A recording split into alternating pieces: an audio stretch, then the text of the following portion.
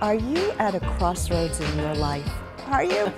Are you wondering what's next and hoping it'll be a step in the right direction? I don't know. Welcome to Your Next Bold Move.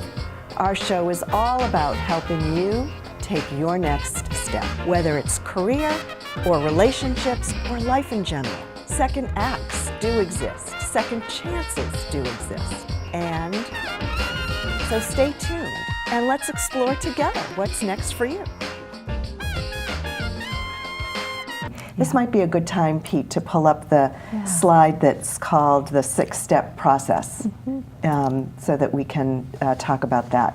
So you propose that there are 6 steps. Here, Roberta, just say what this slide is referring to.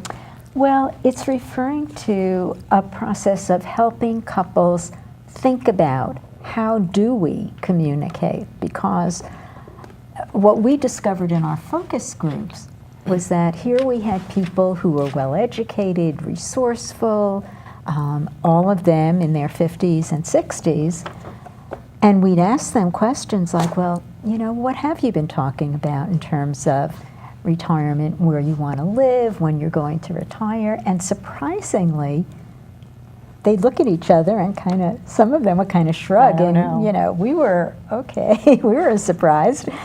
Well, maybe not so much. You know, you teach what you most need to learn sometimes. Right, of course, that's what they say, right.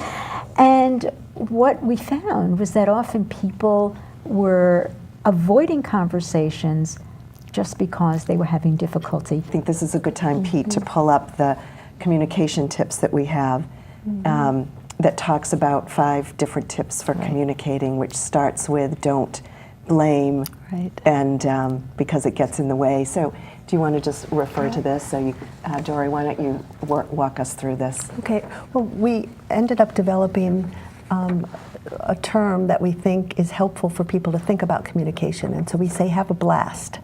And so don't blame, it gets in the way. Listen without interrupting. Agree to disagree. Set a safe space for discussion, and take time to talk without distractions.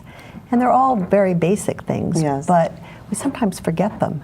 And it's helpful to also keep in mind that part of the dialogue really is with yourself, and then with your partner, if you have a partner. So I wanted to sort of add that, because although we wrote this book for couples, part of the conversation is a self-conversation, because the clarification of what's important to me, my values, my goals, my aspirations, my priority, it's so important to clarify that, and then you're able to talk with your partner and share it, to then come together and create a shared vision.